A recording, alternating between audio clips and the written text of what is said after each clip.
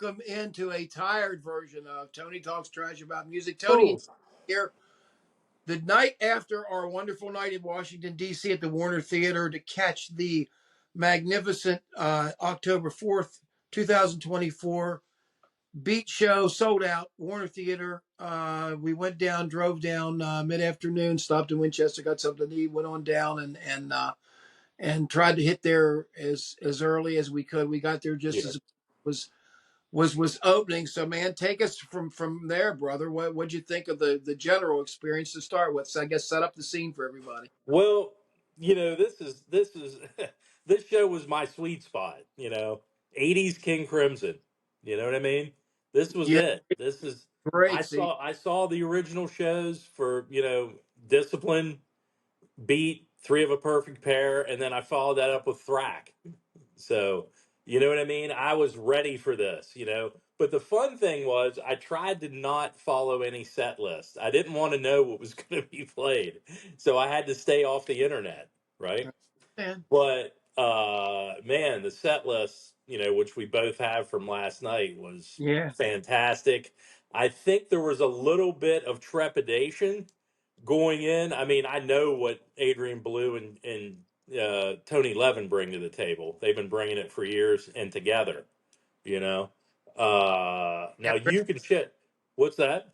very solid. Oh yeah, and you can shed a little more light on that possible relationship between Belew and Steve Vai, who both played for Zappa. You know. I tell you, I was amazed from the get go. They came out of the bag with Neurotic at the beginning and these long these notes and these little Yeah. patterns with the disruption a la step frame by frame. The thing Yeah. started with that and was developed through the three records. And the thing that got me about Vi was I got the feeling just from Vi, and he wasn't rock starring it. He was just kind of like doing a little bit of a Yeah. sashaying with this thing the whole night, trying not to do it. I know he's dealing with the Fripp thing, but it was astonishing to me the way he nailed the tones, how fluid Yeah. he. The one bummer we had though at the beginning of the show, Dino, if you remember, The they the guitar mix. and we Yeah. couldn't hear their guitars for the first. I said, can you hear that? I cannot hear Yeah, either one of the guitars. I hear yeah, Tony Levin yeah. and I hear, Carrie, but I don't hear, And it, yeah, you know, in Neurotica, it wasn't up. It really didn't come on until about the halfway of the Neil and Jack and Me. The second song was when you really started hearing them, and then you could once you yeah, could, wow. I mean, what do I think about the drums? Obviously, I didn't like. One general thing I say before I start this, I was not real crazy about. I wasn't crazy about the whole design of the logo and stuff with the big elephant and these things. I mean, yeah. Well, you didn't like that. Yeah. yeah, they didn't have a lot of merch. When we talk about the merch, and we'll put up pictures of this Well, they merch. had some really ungodly expensive merch. That's, Yeah, you that they know, yeah, bass drum signed by everyone, $1,000, and it was gone yeah. when we came back. I mean, what the hell is that? You Well, know, yeah, full but house. going back to that trepidation about Steve Vai and Danny Carey, and I'd listened. I'm going to be brutally honest. I'm not a huge Tool fan, but I've watched a lot of video. I've listened to their music, and it's just not. They're not standard run of the mill new metal or anything. No, And I knew that he was capable of playing yeah, this music, and yeah. and like we'd talked, they actually King Crimson had opened for Tool years back. Yeah, and it kind of brought a different feel to it. I'll tell you the truth. The difference between he and Bruford as a drummer, me feeling it, is Bruford swings a little bit more. He's got a Yeah, little bit more jazz in his playing, and whereas that's from Carey, years of playing like that. yeah, Carey has power. Yeah, Whereas, yeah. I mean, and those like Indiscipline and those type of, and you know what I mean. oh yeah, He just hammered it home. You know what I oh, mean. And that's you have to during that because it's just a maelstrom of everyone's just playing everywhere. Levin's going off, Blue's going off, Vi's going off. And it was just I thought he did a very good job compared to what I just didn't know what to expect. And Steve Vai was a revelation because like I told you about Vi, it's like a caged lion in a cage, and you're putting him in a cage, and you go, no, Steve. you can't go off and do a 7 minute solo here. This, your typical solo. I mean, look who he's played with and look what he's done. So it was what he didn't do. Yeah. The side, you know what I mean? A lot of times it was what he didn't play, which was You know great. what? And you know what? Just like I told you, the general thing of Fripp not being there, I hate to tell you, man, but it was like, hey, the teacher's not here. We Yeah. Well, no, yeah, there's no, we can take our cameras out and take a picture if we want well, to. not just that, it was for the band too. I mean, Baloo was the leader. He's the leader. Him It and was Levin, great. and it was fun. He made everything fun. You want to play around? He brought the drill out. He did everything, He played way more solos than I thought he would play. And he was amazing. His voice was amazing. Yeah. It sounded just like it always has. Yeah, but I think it's fair to say this set is a wallow in three of a perfect pair. I mean, Yeah, it Mark's song at is. the end, Industry and Dig Me Both, and Oh Sartori, yeah, which I thought was really outstanding. So Sartori, I think, was one of the oh highlights yeah, of the night for me. I personally enjoyed the first set a little bit more than the second set. I thought the first set, because I really like this stuff like Industry and Dig Me, and I couldn't freaking yeah. believe those sounds that Vi was coming up with. I mean, he was matching those things. They actually took it and embellished on it. It flew. Oh yeah, I mean, he Steve Vied some of those things where he on, put his. I mean, he didn't. What that's what I'm saying. What he did is he put his personality, his guitar personality into some of the songs. So but yeah, the but it was largely a classical thing. He was right, but you could hear a little bit of Steven, you know what I mean? He oh, would bring it in on a lead, and he would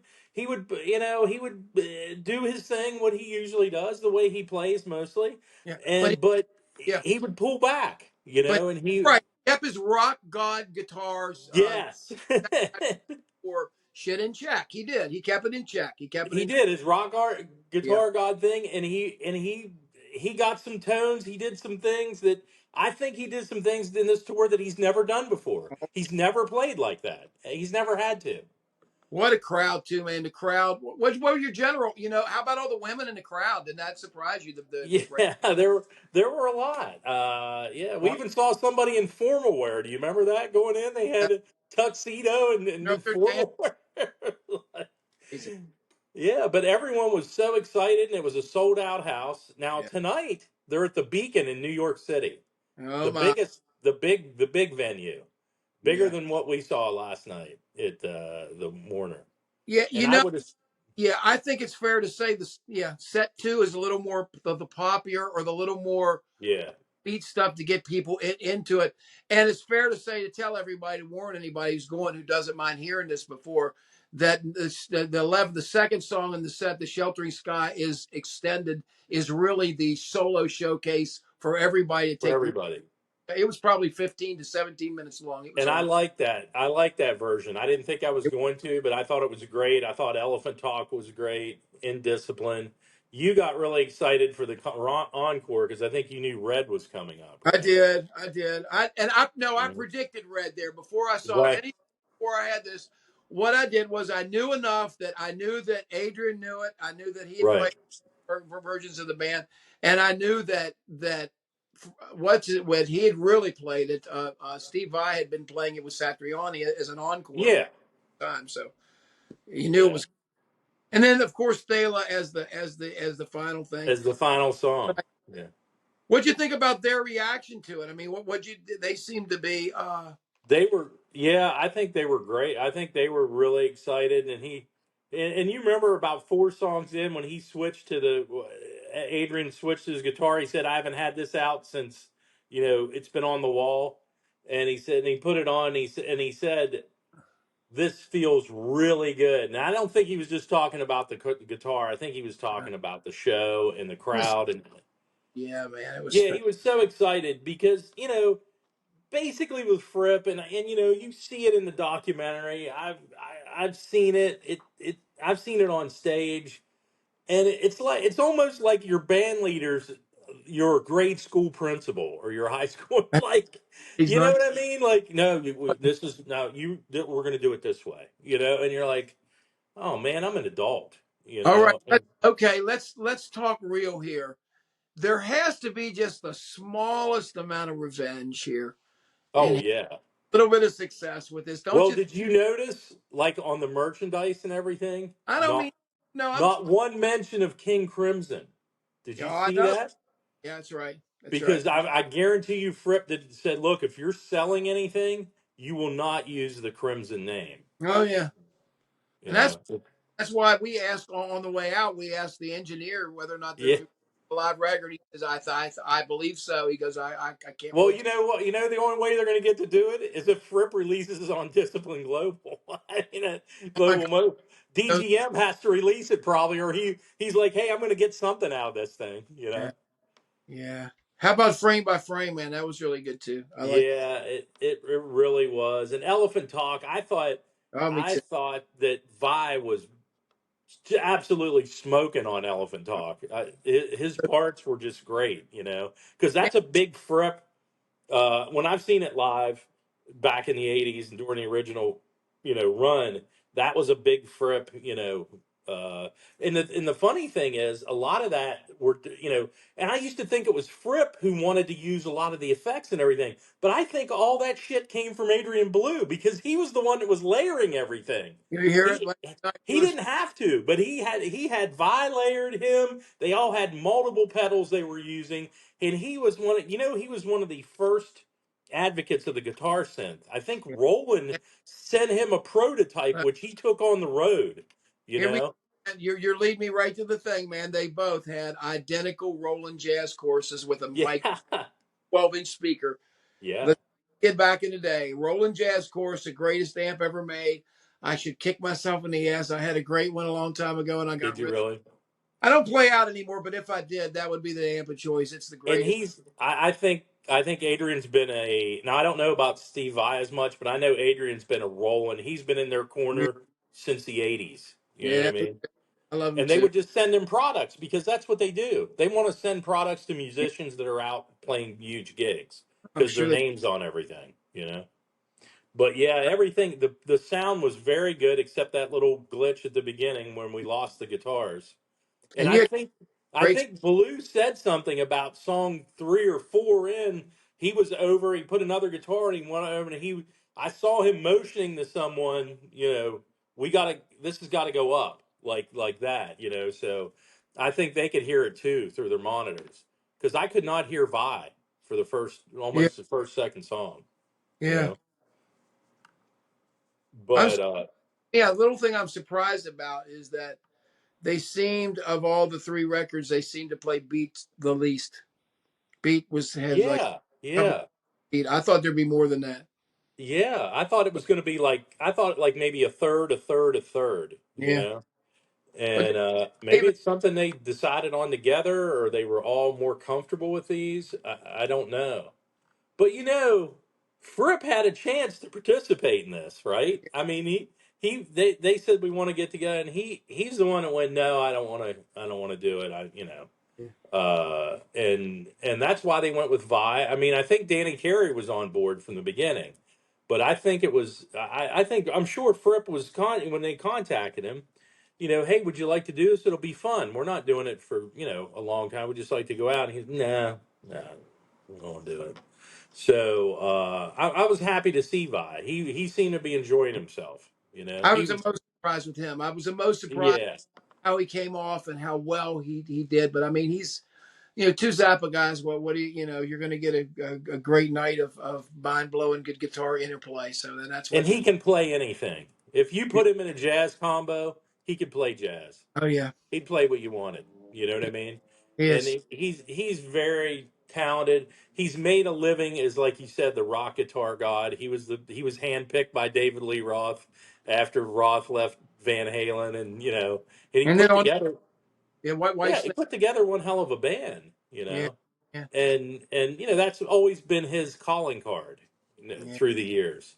And I I, think that I'm so happy that he decided, you know what? Fuck what I've been doing for the last 25 years. Let me try this, because it was a risk for him. You could tell. I read some things and they rehearsed their ass off, and they had to. I And you wonder could if Yeah, I wonder if the intention now is to write something in the same vein as maybe these. I don't know. Well, they could just call themselves Beat. They don't even Right. have to use they don't have to use the Yeah. Crimson name in Right. any way, shape, or form. Yeah. They may do something. Danny. The thing with Danny is they don't tour all the time. You know what I No. mean? They tour very sporadically, and Right. everything they do, albums, tours. It's what 4 or 5 years in between No, my. sometimes. Yeah. So they. So Uh, he's got just a ton of time on his, and then Levin. Now he's always in demand between right. Peter Gabriel's final tour, Boy, and boy, was he clear the whole time. And that's uh, another thing to say about that. When live, to me, sometimes with that freaking stick, sometimes you lose the low end to it. When we recorded the Todd shows, it was just, he played up in Canada. It was the same thing in '96 or whatever. oh really? The way that it comes in, but my God, a lot of the stuff we thought that was interplay between the guitar player was Frim and him. It was actually Was your was thing, Levin on the stick? or he's Yeah, using stick fingers, hitting it with the. yeah. Oh, great. He's amazing, man. I've seen him, and I should have saw him at the place in Winchester with just the Stickmen, because that would have been fantastic. Just Great band. three of them playing the Chapman, Yeah. Well, and what is yeah, it? he always keeps busy. He's in demand in the studio, and he's in demand on the road. But I guarantee, if they decided to go further than this tour, and Baloo, said, "Look, I've written some songs. Let's get together." In the same way the Vi, I think he would jump in. Well, It would. here's my question to you: do you think there's a market for this in Europe? Do you think there's a market in this for? Oh, hell yes. There's a market for this beat in Europe. That's what They I'm were thinking. always Germany, huge in Europe. They could do, yeah, England, Spain, France, Germany. Italy, Germany, Austria. You know what I mean? They could play, and Yeah, and I agree. and if they did new music, I think there's an Australia, New Zealand. Yeah, that 80s Crimson is, you saw all the people that came Yeah, out in DC. They oh, come out of the woodwork because this doesn't happen often. yeah. So you get these people that go, "Hey, there's no music for me because I," you know what I mean? And then Well, they all come out. they should just record a new record and just insert some of the new stuff into place of this, and Yeah, and I mean, the thing is, I'm sure Adrian and Aldi has been sitting on 20 or 30 songs that he's oh, written, oh my and God, maybe Levin, and maybe Vi, you know what I mean? Vi and Danny Carey, not as much because they're not really songwriters. But I guarantee you that he's got a ton of stuff that he's worked on over the years that he's got that he'd like boy, to. yeah, boy, Carrie had that small rototom beat that Bruford played. Don't the whole night, And man. he He had it right in the middle too, so had it it was kind of it was perfect. it was right there, and it Man, was powerful. Like you said, oh yeah, he plays louder. he He's a lot does. more He- powerful. But you got to keep the beat in the middle of everything going on in yeah. those songs. You know what I mean? Because you can get lost with all that going on. And you know what? I noticed there's some of it's kind of poppy in a strange, twisted way. A lot of these songs are kind of pop. They have pop elements to Oh, them. they were very, yeah. Well, that one song that I record. What was it? I can't remember. Was it Three of a Perfect Pair Yeah, or Frame by Frame? Where it was an audience sing along. Did you yeah, hear that? yeah, The audience sang along to the whole song. yeah. Oh yeah, Did Did you ever think you'd hear that in a Crimson show where the audience is singing along? oh, I couldn't believe it. You great. know? Well, Yeah. and I think it was a fantastic show. We want to raise our glass to that. You met some friends last. Yes. Yeah, we met some cool people. There's Jules. Keep Yeah, listening to cool music, buddy. yeah. How you doing, man? We're good to see you. He's going to school in California. What we're hearing now. And back in DC also, and he likes Crimson and Zappa. He loves Zappa. He'll like the Yeah. next doing too, man. I'm gonna go roll on to Zappa soon. Well, I think he's subscribed, so he's going to be. I told him to comment, put his list up, whatever he wants to do, and we welcome everyone to do that. Put your list up. You got any comments about anything, Right, and do it. Subscribe. right. But yeah, it was literally, yeah. Wonderful. I mean, I would go next week again if I could. You know what I I would mean? too. I would. I would love to see it again and see how much has changed. What parts of songs have they done in a different way for this Yeah, performance? You know what I mean? And I think if they ever did a live album, you could do a Oh, you'll be able side to by tell. comparison. Yeah. It goes by. Oh, they should record 3 or 4 of these and then do a best of. Well, they definitely altered some stuff. I just can't identify what it was that was altered. I Yeah. here, but it was embellished, like I It said. was subtle, but it was Yeah, noticeable. Yeah. incredible. Vi is something else, man. I tell you. He Well, is thank you fantastic. for coming. Please subscribe, help us out. As like Dino says, and we will see y'all next time. Have a good Yeah. evening, a good weekend, and it's a good day today. Man City win. West Virginia University, New York Mets win. Everybody in the Rogers household is happy, man. We'll see you guys later. Have a good weekend. All right. See ya. See ya, everybody. Right, Crimson Beat. See ya. right on.